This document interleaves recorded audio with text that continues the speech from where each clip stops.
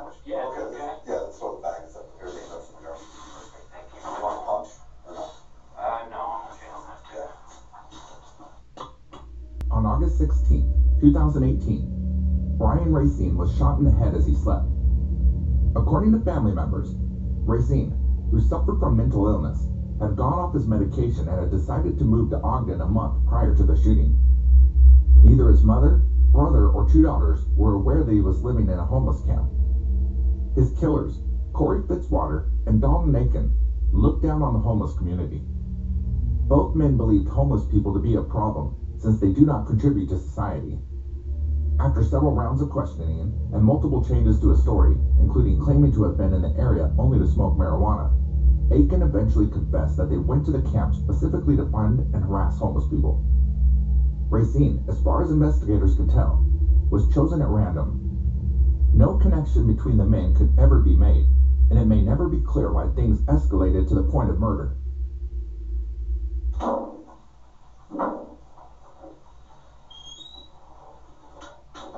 Alright, man, so got a few things I would like to quickly talk to you about.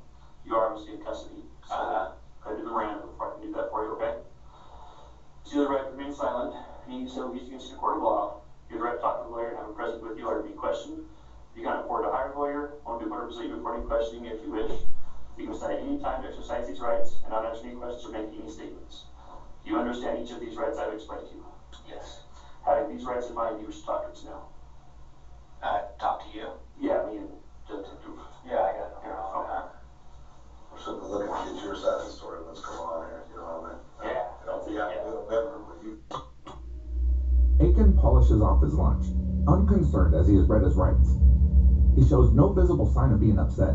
In fact, he almost sounds cheerful as he interacts with the detective. You gotta say this. I can't do that until we get through that part, so. Let's just start off. What will you tell me about what was going on this morning? Let's see. I got pulled over and I had marijuana. Okay. What about before the traffic stop? What were you doing? Oh, we were walking in the park. By the park, you mean like the pond and the trail and all that? Yeah, what do they call it? The old Indian place where the rivers meet.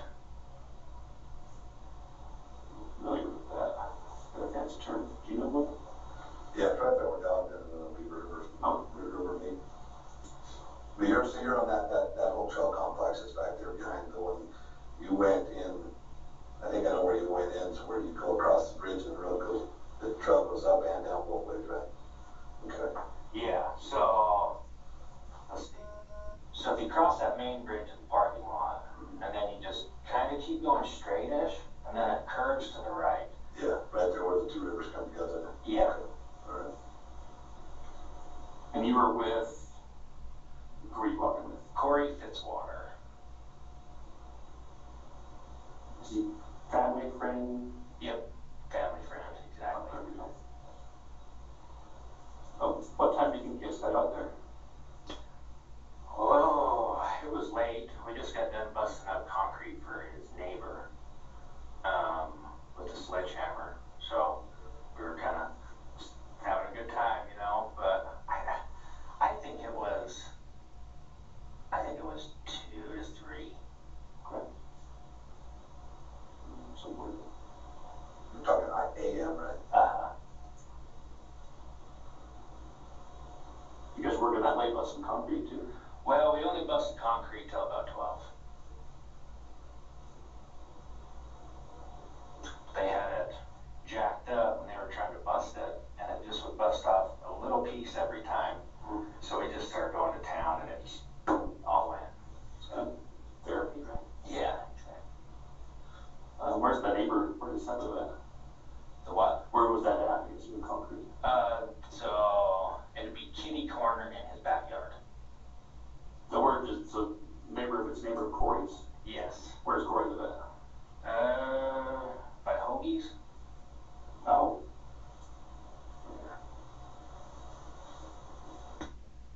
Okay, so you guys are busting concrete. Okay, so what I'm talking about, not worried about the marijuana. Concrete. You guys normally go to the river to, so I'm assuming happens to go there for you to drink beer, smoke a blunt, and walk by the beautiful out there, right? Yeah. Okay. Is that something you guys normally do? I don't know what I think for you. Yeah.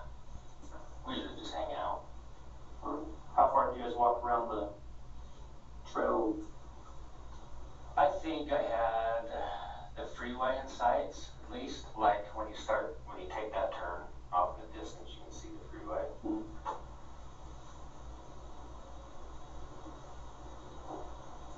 Do you guys see anybody else on trails or Yeah.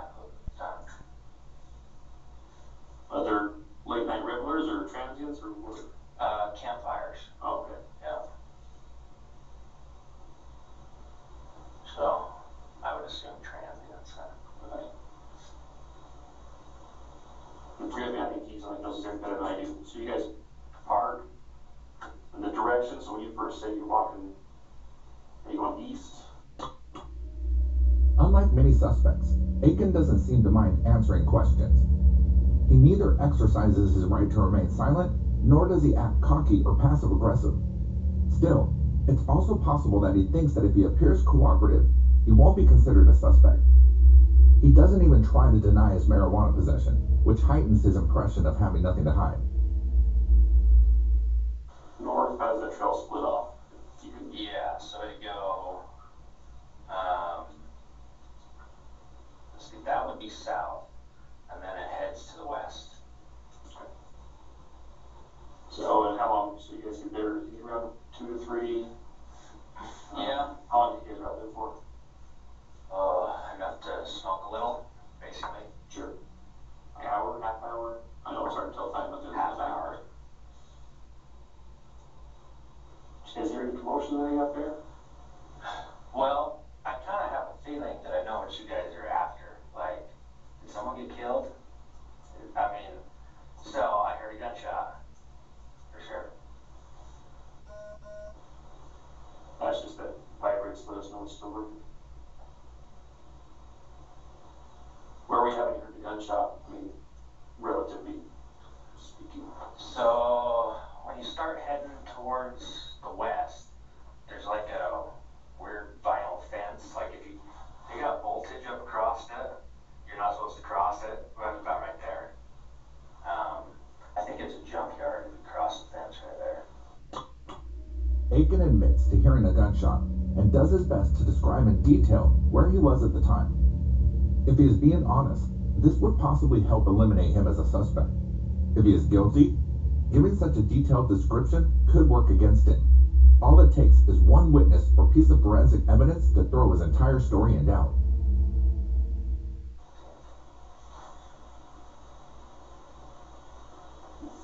What did you see, hear, smell after the gunshot? Nothing. Yeah, just, What did you guys do? well, we're kind of country. I guess we didn't even pay no mind to it, to tell you the truth. I thought it was weird so late, but yeah. Did you guys just continue on your way? Did you guys start? No, sorry, I missed it. So did you guys continue just walking the direction you're going? You guys? Yeah, we turned around about when you hit that fence with the voltage, and you can see the freeway. Okay. Just walk back. When you say by that fence, does that mean you were by the fence, or that's where you heard the shot? I was by the fence. You was by the shot, Yeah. where did you hear the shot? If I had to pinpoint the shot, where it came from, what's that business? The mechanical place, HVAC place, Mountain Valley Mechanical. I bet that's, I think, where. What direction is that from where you're at? Let's see.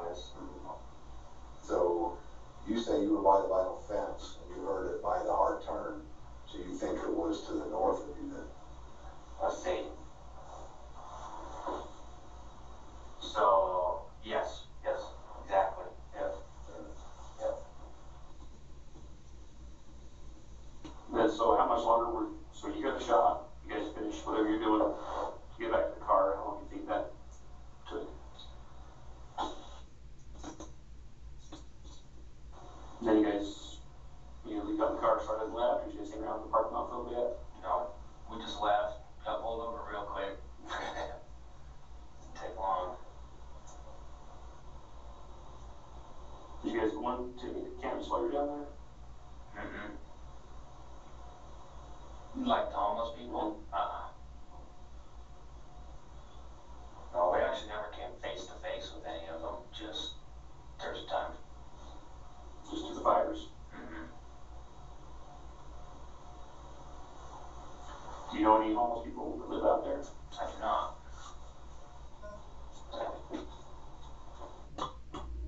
When asked, Aiken denies knowing any homeless people or having come face to face with them. Again, this is a risky move. If he is lying, he can't be sure that the police don't have a witness that can contradict his claim. He might feel confident that his friend will say the same, but if their stories don't add up, things will look bad for him. Alright. So next question I have for you is, the fire that they found you with, that's 6 hours, is that right? To what? Is that you had in your car? Uh-huh. Where did you get that? I'm sorry, I missed it again. The what? The gun you had in your car? Oh, yeah. Where did you get that? So that's Corey's. Okay. Do you know how long Corey's had it for? No clue. Did you guys take that with you when you were doing your walk? No, I had some bullets in my pocket from earlier, but... Detective Haney questions him about the gun in the car. Aiken is quick to say that the gun belongs to his friend and that they had been shooting it early in the day. This is a better tactic than denial. Not only does he still come across as cooperative, but he knows that a gun can be tested to see if it's been fired recently. However, that won't help him if the bullet matches the one taken from the body of the victim. But he likely hasn't had the time to think that far ahead. So we were shooting it earlier, but we didn't take it. Or we could shoot it at? West Warren? His parents and Omaha have a pretty good pad out there. Just lots of country, just Oh, open. yeah. You're going your targets? Yeah, it's awesome. Was Corey's gun, was it Corey's ammo too? Yeah.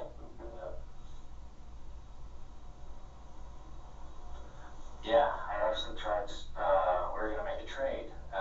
I took him my Universal, 30 caliber carbine Universal. So, we were just on a gun kick, kinda on a trading thing. You're gonna trade the carbine for the... I was thinking about it, but he never could talk me into it, cause it's my uncle's that made, there's a PT Cruiser that's so fancy at Harrison Lagoon. I've got kids that shoot at him. But he built it, so it's kind of close to me. Yeah, something like that. So you guys run any camps down there? You don't know any? Were you and Corey together the whole time? Did you guys ever like have to go take a leak or for anything? I guess there was a few leak breaks, probably. Yeah. But no, we were pretty much together.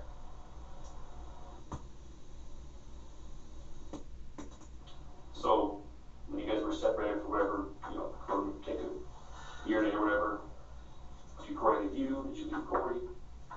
I think I left him once, he left me once. I mean, not leave. Right, out of sight. Yeah. To go do your business. Anything else that was going on there that you think might have been weird or odd or struck your senses as kind of... Yeah, the whole night, man. Like, just gave me a bad feeling. Sure as heck showed up as a bad one. You know, like, articulate that at all? Like, what do you mean? I mean, kind of like the Holy Ghost, I guess. Just someplace you shouldn't be right there. And the bullets you had in your pocket, those were unfired rounds? Correct. Like, we do just throw 50 rounds in your pocket and goes to the ball player out there? Yeah. What was Corey thinking about? Saying anything? How was Corey last night? Yeah, he was upset. His wife was accusing him of cheating on her, which he claims for sure hasn't. But it makes him think that she is. That's what he told me. So yeah, we were venting that night for sure. I was kind of there for him.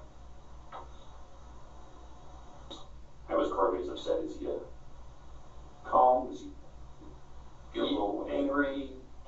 He gets a little angry, but I think it's his war stuff. Moving away from the subject of the gun, Aiken is asked if they are ever separated for any reason, such as a bathroom break. Hesitating, as if unsure which answer would best benefit him, he agrees that that was probably the case at least a few times. He's given up the seemingly more secure alibi of never being alone for the chance to throw his friend under the bus. If it comes down to it, he can always try to claim that his friend committed the crime while they were separated. Iraq, PTSD, I think he's retired. He's retired and he's like 30 years old. He's got a Purple Heart. Getting convinced for that. That sounds like it didn't come cheap, obviously. Do you know Corey's wife pretty well? Yeah. Are you married, kids? How old are you? 20, turning 28. However. Yeah. So enjoy it while you can.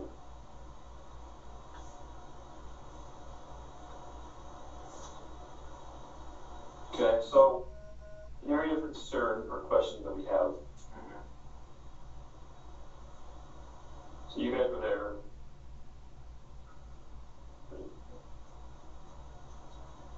How do I want to word this?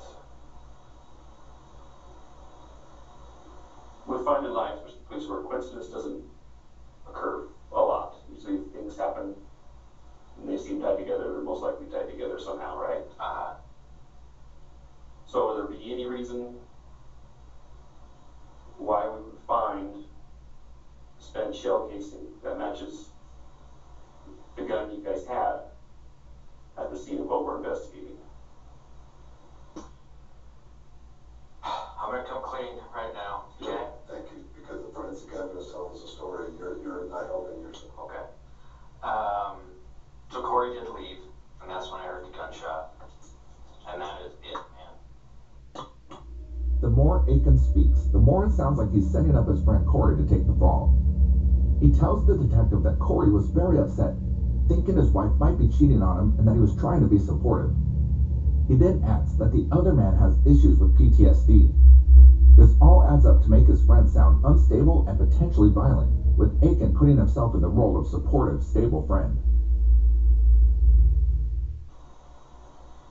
And that's when we left, because I knew something bad happened, but he didn't say nothing. How did you see him after? Calm, I guess. Like you know, you guys been friends for a while. Okay. So post, when you're saying he left the gunshot and after, did you see him more almost relaxed? Yeah.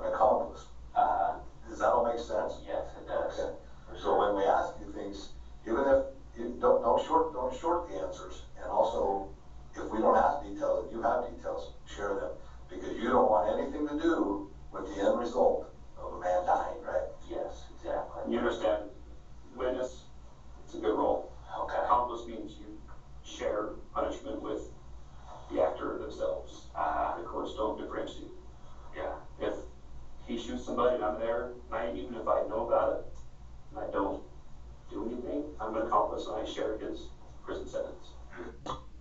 After Haney presses him and says that he doesn't believe that it was a coincidence that they were there at the time of the shot, Aiken goes through with the narrative he has been carefully setting up. He admits that when Corey left him is when he heard the shots. The most likely scenario is that he is betting on Corey's history of PTSD to make him look as if he was capable of committing murder on his own. All he really needs during a trial is reasonable doubt. So far, he might be able to pull this off. So you don't want to be that guy, right?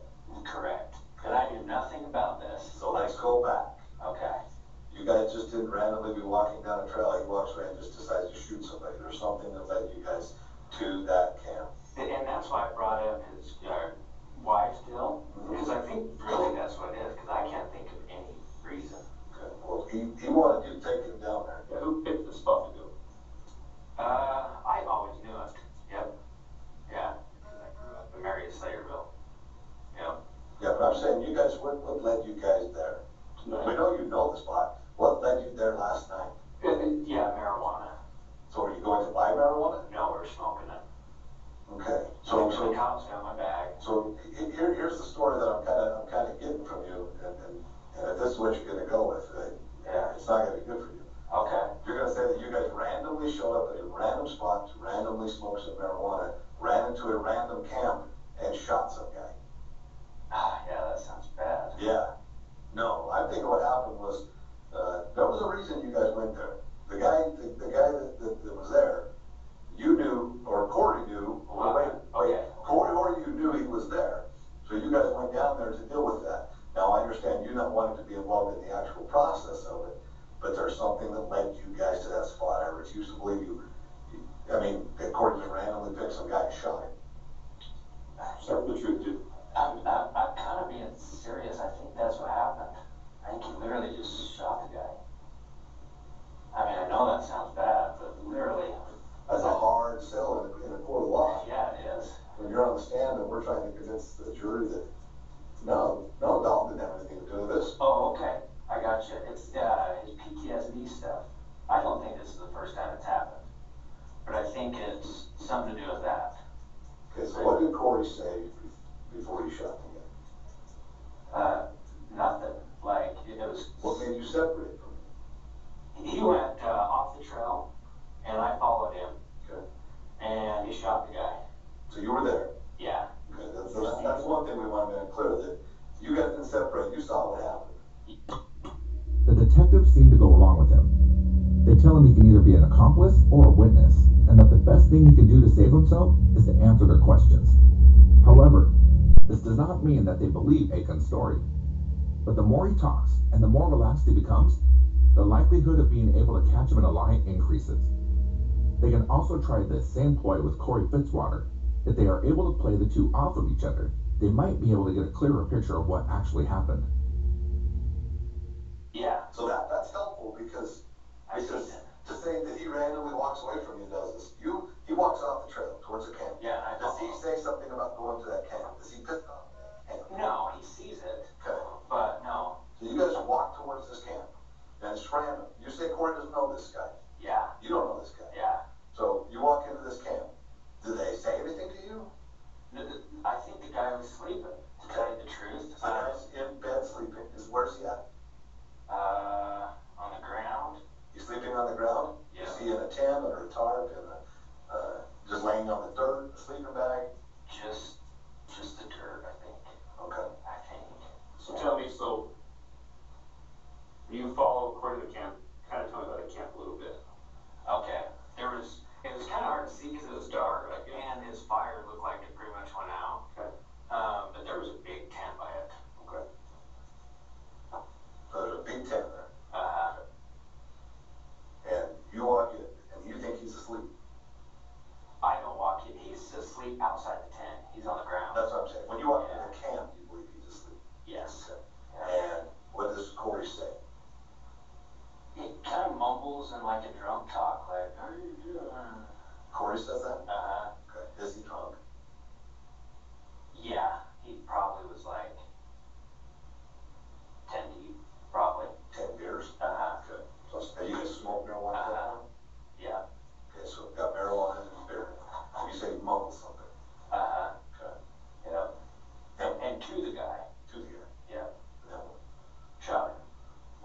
say anything to him? I don't know. It's almost like I just didn't want. You know what I mean?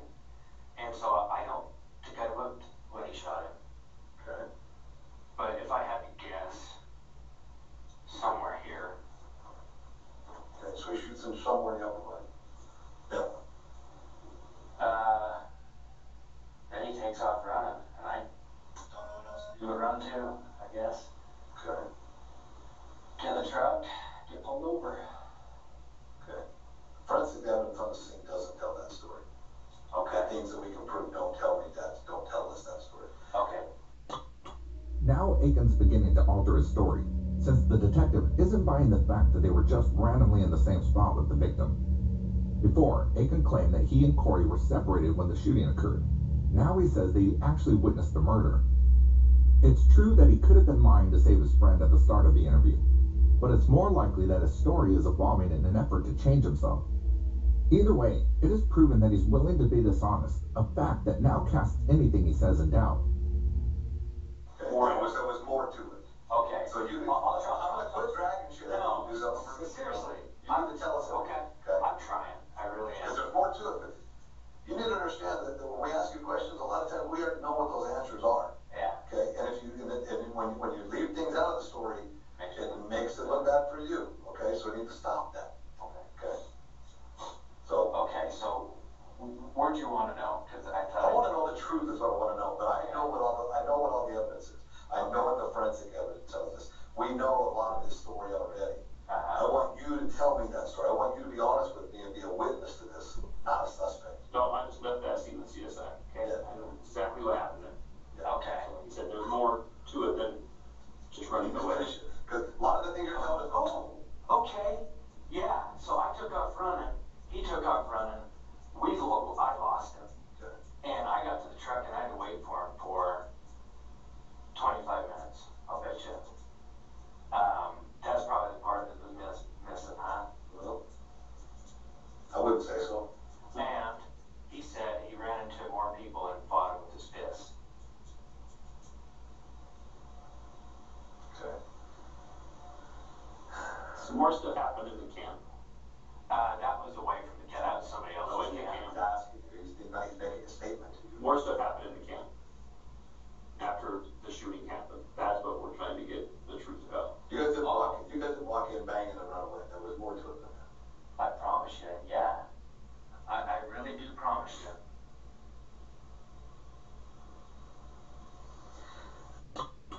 Everything is starting to fall apart. Aiken's series of events don't line up with the forensic evidence. Every time the detective pushes Aiken to tell the truth, he will conveniently remember something. But it's clear at this point that he's just making up whatever he thinks they want to hear.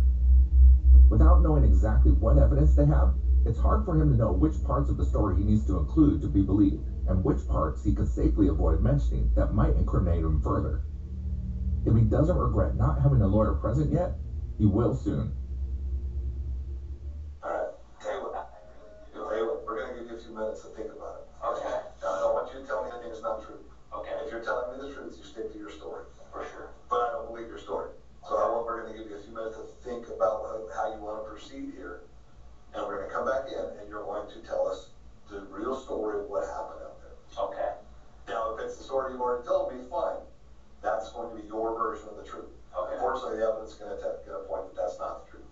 Oh, man. But I don't want you to lie to me. Okay, I promise. Okay, give us a minute, okay? Yeah. We'll just leave that right there. Okay.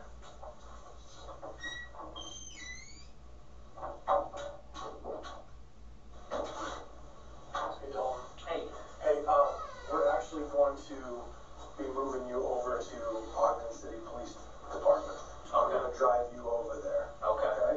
I'm Detective Haney. I work with the Sheriff's Office. I'm Okay. taking you over. Since you're already been booked into Weaver County, I'll take you over there and then I'll stay there until we've answered questions and stuff in Ogden City, and then I'll bring you back. Okay. Okay? Good. I'll get you over there, okay? We're gonna take your sandwich too. Awesome. I got a handcuff. Okay. Okay, stand up. Yeah. You've got to take it in the room with you. Put your hand behind your back. Yeah, we'll bring your sandwich. How was it? Well, I'm having a tough time eating today, so I need to eat it all.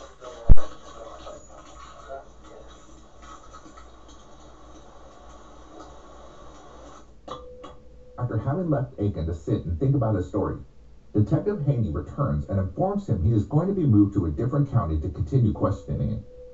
On July 30th, 2019, Dalton Aiken was charged with first-degree murder and possession of a firearm by a restricted person, which is a third-degree felony. A year to the sentence was added for the use of a dangerous weapon. Aiken will serve 16 years to life. While this gives some small amount of closure to the family of Brian Racine, they are still left in shock, disbelief over the fact that he was killed merely for being homeless.